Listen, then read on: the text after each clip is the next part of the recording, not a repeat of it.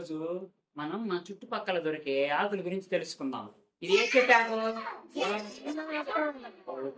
ఈ జామాకు వల్ల ఆయుర్వేద ఉపయోగాలు కూడా ఉన్నాయి. అంటే మనకు ఆరోగ్యం బాగుండేదానికి ఇది కూడా ఉపయోగపడుతుంది.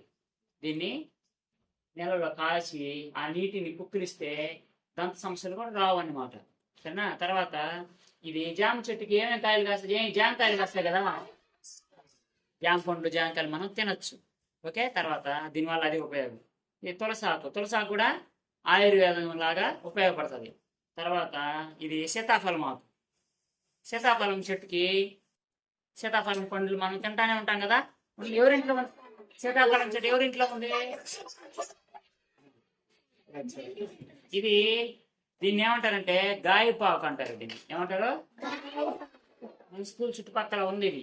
ఇది ఏంటంటే దెబ్బలు తగిలినప్పుడు దీన్ని మనం దెబ్బ మీద పసురు చేసి వేసుకుంటే ఉపయోగపడుతుంది. అంటే తగ్గుతుంది తొందరగా, గాయం తొందరగా మానుతుంది దీనివల్ల.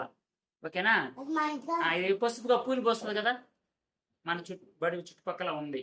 తర్వాత ఇది రోజా చెట్టు, గులాబీ మొక్క ఆకు ఇది.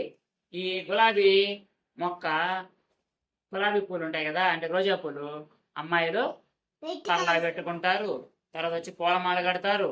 సరేనా? సెంట్లు తయారీలో కూడా రోజా పూలని ఉపయోగిస్తారు. కాబట్టి ఆకులు వాళ్ళు చూడండి ఎన్ని ఉపయోగాలు ఉన్నాయో కదా. ఇంకా మనం ఇక్కడ తేని ఆకులు చాలా ఉన్నాయి.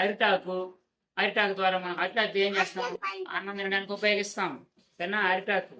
తర్వాత మామిడి ఆకులు తోరణాలు కడతాం. కొబ్బరి ఆకులు చప్పరగట్టలు తయారు చేసుకుంటాం. తర్వాత పందిరి కూడా వేసుకుంటాం. కాబట్టి ఆకుల వల్ల చాలా ఉపయోగాలు ఉన్నాయి. ఇప్పుడు మనం ఇక్కడ అన్ని ఆకారాలు ఒక సమూహానికి ఇచ్చున్నాము. ఇక్కడ రకరకాల ఆకారాలు ఉన్నాయి వాళ్ళ దగ్గర.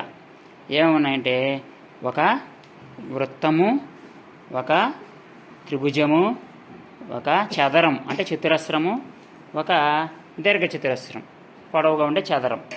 ఓకేనా? పొడవు వేరువేరుగా ఉండే చదరం. వీటిని ఇలాంటి 4 సంబంధించిన ఆకారాలు ఈ వస్తువుల్లో ఉన్నాయి. ఇక్కడ ఉండే వాటిల్లో కార్డ్స్, సోపు, బాల్స్ ఇవి ఉన్నాయి కదా, ఎరేజరు, అగ్గిపెట్టె, అవన్నీ. వీటిల్లో ఈ షేపుల ప్రకారం వాటిని వర్గీకరిస్తారు వీళ్ళు. చూద్దాం. తీయండమ్మా. ఏది దాని కింద ఫాస్ట్ స్లోగా చేయండి, ఏం కాదు. దానికాడ పెట్టేయండి. ఇక్కడే పెట్టేసేయండి. ఇక్కడ పెట్టేసేయండి. ఓకే. ఈ బాల్స్ ఏ షేపు? వృత్తం కదా, వృత్తం దగ్గర ఎవరు తీసుకోమ్మా, వృత్తం వాళ్ళు తీసుకోండి. అట్లా చేయండి.